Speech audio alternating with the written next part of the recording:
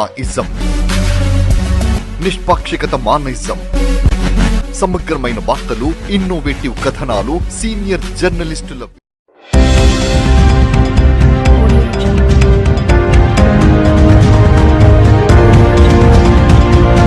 పూర్వం కరువుతో అల్లాడుతున్న సమస్త మానవాళిని రక్షించిన తల్లి ఆ భద్రకాళి అమ్మవారు అని రాష్ట్ర అటవీ, పర్యావరణ మరియు దేవాదాయ శాఖ మంత్రి కొండా సురేఖ తెలిపారు.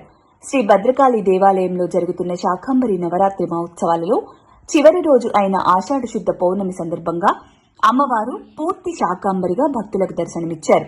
సమస్త జనులు కరువు కాటకాల నుండి తొలగి రాష్ట్రం సుభిక్షంగా ఉండాలని ఆ అమ్మవారిని ప్రార్థించామని రాష్ట్ర ముఖ్యమంత్రి రేవంత్ రెడ్డి నాయకత్వంలో రాష్ట్రంలోని వేములవాడ, కొండగట్టుతో పాటు శ్రీ భద్రకాళి దేవాలయాన్ని కూడా అభివృద్ది చేస్తున్నామని, అమ్మవారి ఆశీస్సులతో రేవంత్ రెడ్డి నాయకత్వంలో రాష్ట్రం ప్రగతి పదంలో ముందుకు వెళుతుందని కొండా సురేఖ తెలిపారు.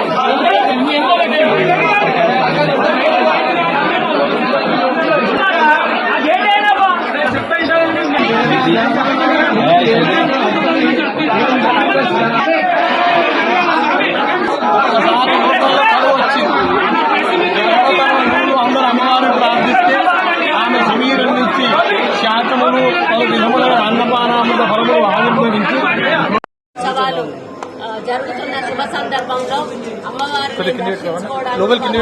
తీసుకోవడానికి ఈరోజు ఇక్కడికి ఒక దేవాదాయ మంత్రిగా రావడం జరిగింది. ఎందుకంటే మరి శాకంబరి ఉత్సవాలు అనేటివి ప్రతి సంవత్సరం కూడా ఎంతో వైభవపేతంగా మరి జరుగుతాయి. వరంగల్లో ఉన్నటువంటి ప్రతి ఇంటి నుంచి కూడా ఒక ఆడబిడ్డ అమ్మవారికి కూరగాయలు, పళ్ళు, ఫలాలు తెచ్చి మరి అర్పించి పూజలు చేసుకొని మరి వాళ్ళకు ఎటువంటి ఇబ్బందులు కూడా జరగకుండా వాళ్ళ కుటుంబాలన్నీ కూడా సుఖ సంతోషాలతో, ఆయురారోగ్యాలతో ఉండాలని చెప్పి ఒప్పుకొని వాళ్ళ కోరికలు మరి తీర్చుకొని వెళ్లడం జరుగుతుంది. మరి శాకంబరి ఆచారం ఎక్కడి నుంచి స్టార్ట్ అయింది అంటే పూర్వంలో ఒకసారి కరువు వచ్చినప్పుడు మరి ఋషులందరూ కూడా ఏం చేయాలో తోచక భద్రకాళి అమ్మవారి దగ్గరికి వెళ్లి అమ్మవారు మరి ప్రజలు చనిపోతా ఉన్నారు, కరువు తాండవిస్తా ఉన్నది, వర్షాలు లేవు, మరి సరి అయిన పంటలు లేక, మరి తినడానికి తిండి లేక ప్రజలు మరి మరణిస్తా ఉన్నారు. వారికి నువ్వే దిక్కు, మరి ఈ రోజు వాళ్ళు మళ్ళీ బాగుపడాలి, మళ్ళీ అందరం కూడా సంతోషంగా ఉండాలి అంటే నీ వల్లనే అవుతుంది అనేటువంటి మరి కోరికలు వారు కోరినప్పుడు అప్పుడు అమ్మవారు ఒక మరి దైవ స్వరూపినిగా ఆమె ఒంటిలో నుండి ఈ కూరగాయలు, అదే పళ్ళు, ఫలాలు ఇవన్నీ కూడా మొలకెత్తి ఆ రోజు మొత్తం అక్కడ ఉన్నటువంటి ఋషుల ఆలోచన మేరకు, అక్కడ ఉన్న ప్రజల అవసరాల మేరకు ఆ యొక్క మరి ప్రాంతాలన్నీ కూడా సస్యశ్యామలం కావడం జరిగింది. మరి వాళ్లకు వెంటనే ఆ యొక్క కరువు అనేది పోవడం జరిగింది. మరి అప్పటి నుంచి కూడా మనం ఒక ఆనవాయితీగా పెట్టుకున్నాము. ఎందుకంటే ప్రతిసారి మంచి వర్షాలు పడాలన్నా, మంచి పంటలు పండాలన్నా, మన అందరికీ కూడా మరి ఆరోగ్యాలు ఉండాలన్నా, మన పిల్లల భవిష్యత్తు కూడా బాగుండాలన్నా, ఇవన్నీ జరగాలంటే ఈ శాకాంబరి ఉత్సవాలు చేస్తే తప్పకుండా మనకు ఏమైనా వచ్చేటువంటి విపత్తులు కూడా తొలగిపోయి అందరం కూడా సంతోషంగా ముందుకెళ్లేటువంటి అవకాశం ఉంటుంది. కాబట్టి ఈ యొక్క శాకాంబరి ఉత్సవాలు ప్రతి సంవత్సరం కూడా మనం నిర్వహిస్తాము. ముఖ్యంగా ఇందులో భద్రకాళి అమ్మవారి దగ్గర చాలా ఫేమస్ గా చాలా పెద్ద ఎత్తున నిర్వహించడం జరుగుతుంది. మరి కాబట్టి ఈ రోజు నా అదృష్టంగానే భావిస్తా ఉన్నాను. అమ్మవారు నాకు దర్శనమిచ్చి వారు నన్ను ఆశీర్వదించి మరి మొదటి పలహారం నాకు ఇచ్చారు ఈ రోజు. మరి వారు ఈ రోజు ఇచ్చిన ఆశీర్వాద బలంతో తప్పకుండా ఈ భద్రకాళి ఆలయాన్ని ఇంకా పదింతలు అభివృద్ధి పదంలో ముందుకు నడిపించడానికి ఒక దేవాదాయ శాఖ మంత్రిగా నేను కృషి చేస్తానని తెలియజేసుకుంటూ, గత 11 సంవత్సరాలు కూడా ఈ గుడికి కమిటీ లేదు, ఈ గుడి అభివృద్ధి పట్టించుకున్న వాళ్ళు లేరు. కానీ ఈ రోజు మా ఆధ్వర్యంలో కమిటీ వేయడం జరిగింది. వంశపారంపర్యంగా వస్తున్నటువంటి మరి వాళ్ళు ఎవరైతే ఉన్నారో వాళ్ళని కూడా మేము నియమించడం జరిగింది. మరి దీనివల్ల ఏంటంటే అభివృద్ధికి ఆటంకం కలగకుండా కొన్ని నిర్ణయాలు తీసుకోవాలంటే కమిటీ ఉండాల్సిన అవసరం ఉంటుంది. కాబట్టి ఈ రోజు మాకు ఏ కార్యక్రమం చేయాలన్నా కూడా చాలా త్వరగా చేసే అవకాశం ఉంటుంది. కాబట్టి ఇక నుండి ఇప్పటికే మాడవీధులు అభివృద్ధి చెందుతా ఉన్నాయి.